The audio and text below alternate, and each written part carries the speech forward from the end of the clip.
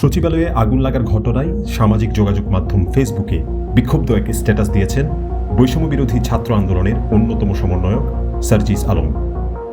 সমন্বয়কদের বিপ্লবী হওয়ার আহ্বান জানিয়ে ২৬ ডিসেম্বর দুপুরে এই স্ট্যাটাস দেন তিনি।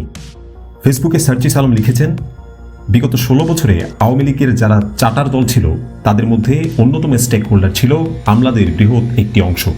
এদের উপর ভর দিয়েই হাসিনা এই দেশে তার ক্ষমতা কুক্ষিগত করেছিল। একই স্ট্যাটাসে সার্জিস আলম আরও লিখেছেন, যখনই বিপ্লবীরা হাসিনার অপকর্ম, চুরি, লুটপাট, দুর্নীতির দিকে নজর দিয়েছে, সেগুলোর বিরুদ্ধে তদন্ত শুরু করেছে, তখনই সচিবালয়ে ঘাপটি মেরে বসে থাকা হাসিনার দালালেরা বিভিন্ন অপকর্মের ফাইলগুলোকে আগুনে পুড়িয়ে দিল। ছাত্র আন্দোলনের অন্যতম এই সমন্বয়ক উল্লেখ করেন, রাষ্ট্র সংস্কার করতে হলে সবার আগে আমলাতন্ত্র ও প্রশাসনে যেসব চাটার দল এখনও ঘাপটি মেরে লুকিয়ে আছে তাদের শেকড় থেকে উপড়ে ফেলতে হবে।